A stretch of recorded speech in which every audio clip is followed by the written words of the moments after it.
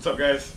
I'm here, not welding today, but this is sort of weld related. I have this grinder right here. As you can see, it's taken apart slightly. Got this grinder, belongs to a friend. He somehow, cut the cord, so he, tried using wire nuts to hold it off for a while. Finally, it stopped grabbing a good connection, so I went ahead and took it apart and reconnected it right here at the actual switch with the new cord he had. It lasted for a little bit, but ended up crapping out. So I bought it off him for 20 bucks. He bought a new one.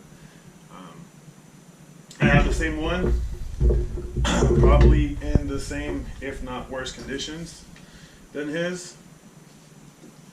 So yeah, what I'm going to do today is I'm going to basically troubleshoot it, because I tried to just check up on the wires and make sure that they're actually making a connection, and they were. So there's something else wrong with it. So far, the only thing I've seen is, if you look right here, there's a little burn mark on this armature right here that holds, that swivels, and it holds this, which is obviously the brush. This brush looks pretty beat. It doesn't even look like it was making proper contact, because it doesn't have like that, like on the other side. It just doesn't have, like, it doesn't look like it's like properly contacting this this contact point right here. So it was almost like it was just barely making a connection just by being so close to it, and that was the only way it was working. So instead of I'm cheap. I love being cheap. I love not spending money. But it'd be nice, I spent 20 bucks on this. It'd be nice if I could actually fix it. But I don't want to just keep dumping money into it without knowing what's actually wrong. If I learned anything working at an auto parts store, it's don't just throw money at a problem until you know exactly what the problem is. So, being that I have the exact same grinder, at least I think it is, yeah, exact same grinder, what I'm going to do is I'm going to just start taking this one apart, taking parts out of this, like the brushes, and little by little, seeing what will cause the other grinder to turn back on. As soon as I do that, I'm going to pinpoint it down to the exact part, which I think is honestly the brushes, and that's what I'll order. After I order it, I'll put it all back together, and I'll have a working grinder. And when you're, even just watching YouTube videos, everyone's always like, have a good amount of grinders. If you can have one for each kind of wheel, abrasive wheel, that's the ideal. That's the ideal setup. You want to have one for a cutting wheel, a grinding wheel, a flat disc, and maybe if you could even a wire wheel. This is 1, 2, 3, 4, 5. I have 5 grinders. So if I can get this one to work, I'm going to replace the Harbor Freight one I have, and I'll just take the Harbor Freight one to work and use that when I work, especially right now because I'm not using grinders as much. So I'll just have the cheap one over there, and when I go to out of town, I'll hopefully by then have one of the Dewalt flex bolts, or I'll just bring one of my good ones. So let's get to it. Alright, so I don't know how this ended up happening, because it wasn't like this little wire. I think maybe he might have got it caught in here when he was trying to refix it, and when he went to hit the trigger, it might have caught on this. Otherwise, I can't see how that could have happened. Not a problem. Use the ones off the other grinder. things other, besides the brushes, the only other thing I can think of is obviously a switch. Switch sends the signal to activate the actual grinder and the motor, and it's, you know, switches out because of us messing with it so much. So replacing the brushes, if that doesn't do the trick, then we'll swap the switch next. I've never taken this one apart. It's probably super dirty in here. And honestly, the brushes on this one probably have to be replaced as well. You know, a certain amount of time goes by and they will need to be replaced. That's just how it goes. So first you take these 4 screws out. You can use a flathead or you can use a Torx bit. Guess there's a 4th one right here.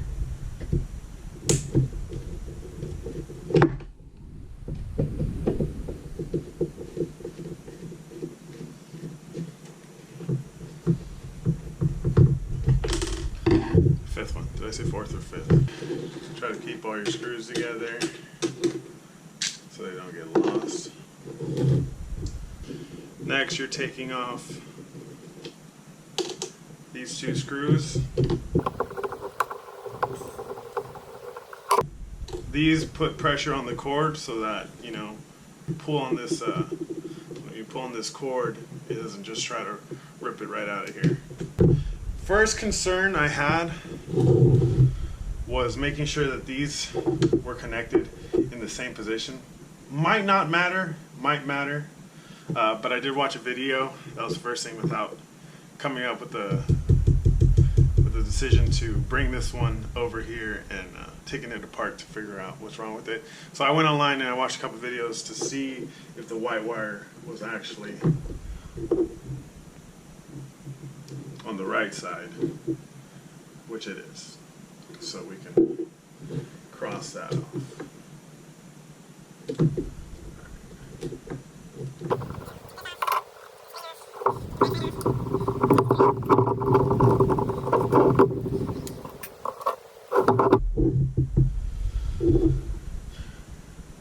Now, as far as this armature goes, this coil right here is what creates the pressure. So you just got to kind of move it out of the way.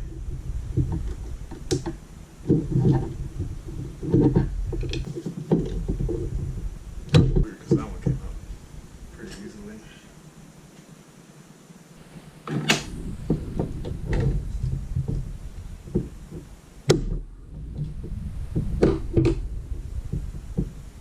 There, that was easy.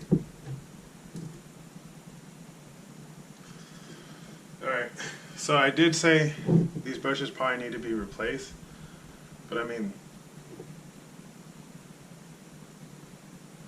look at the difference. That's like almost, that's probably twice the amount of meat on that brush. Twice. So, most likely, this is where our problem was.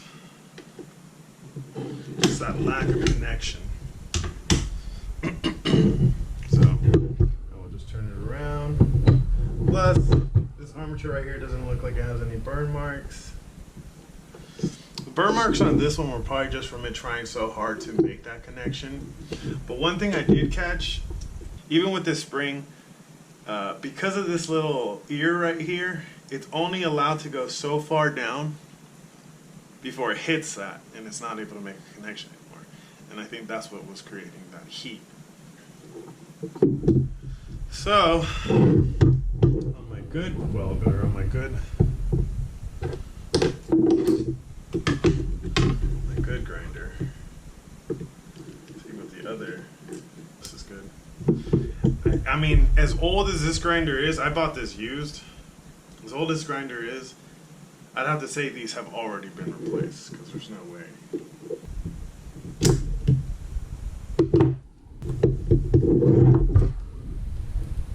Yeah, they're both in really good condition. This one is just trash. I was looking online to see what you can order and whatnot. I didn't see. I saw the buttons, I saw the brushes, I saw the armatures.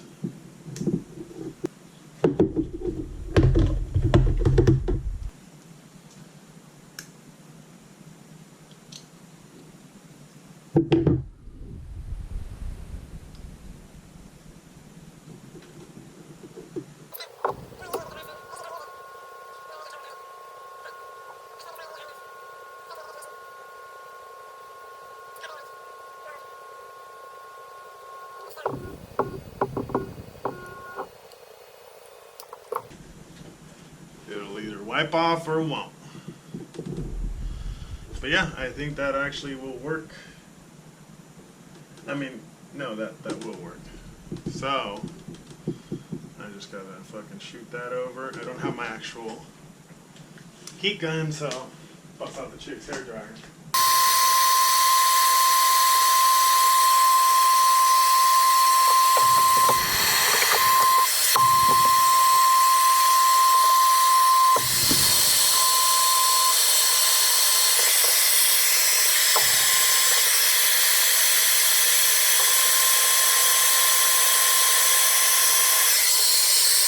Alright, so realistically, I feel like that was a good enough of a connection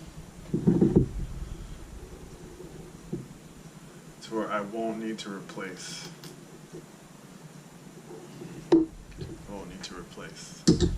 This wire.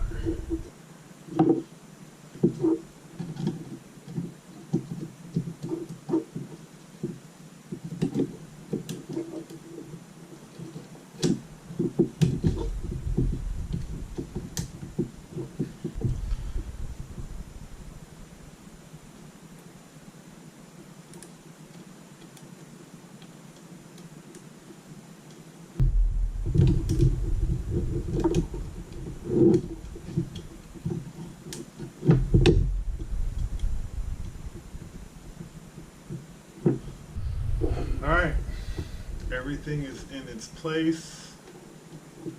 Alright, here goes nothing. So, here goes nothing. Fuck. Do I have a glove? Whatever. Just try not to touch anything.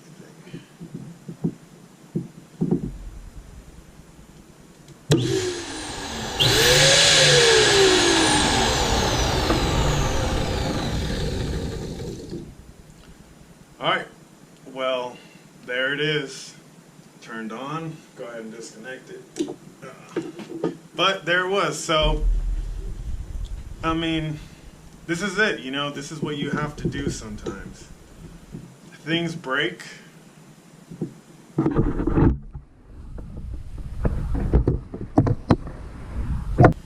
So this is just what you have to do sometimes, you know?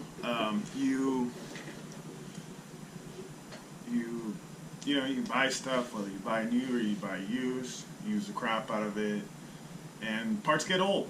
And you hear people talk about how we live in a throwaway society. You know, if something breaks, if you can't just call tech service and be like, hey, how do you fix this? If they don't have a solution for you, if it's not under the warranty, which people usually don't even fill out, people just throw it away. You know? You need to learn to kind of just like think, you know? Use your eyes. That's the most important part. I took this apart. I looked at it. You got to stare at it. You got to kind of just really focus on it and be like, what's wrong? Like, what is wrong? What doesn't look right? I saw that burn mark on that armature, and I kind of just went from there. You know, I fixed a wire that was obviously ripped, separated. I fixed that, you know, made a good connection with the solder, and yeah, I was lucky. I had a different grinder I could take parts off of to see if it was a problem. Now that I know, I'm going to obviously order brushes. I'm also, one thing I'm not going to do is buy a new arm. The arm, even though it's burnt a little bit, it's still in good condition. It's still able to do its proper function. So we're going to leave that. You know, we're going to, you know, if that needs to be replaced in the future, we'll replace that in the future. For now, we'll stick to just brushes. I now have a grinder. I paid $20 for it. Brushes are going to be a little under $10 with shipping, and so that's $30. $30 for a Dewalt grinder. These things are a lot stronger than your your typical Harbor Freight one. This one has,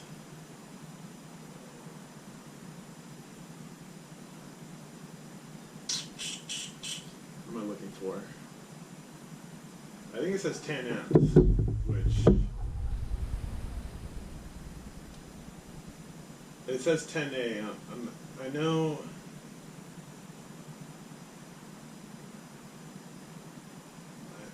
People tend to look at the RPMs, and that's, to me, that's not what matters. What matters is, I think it's the amps, because the amps converts to like basically like actual power. But these are gonna have a lot better power than your DeWalt ones. They're gonna last a lot better, last a lot longer. Parts go out. You can replace the parts. You could probably do that with the Harbor Freight ones, but maybe not. So besides figuring out, how to kind of just take apart your grinder, I hope it really made you think about, hey, if something breaks, don't just automatically think that it's trash, because that's not always the case. All right, you guys. See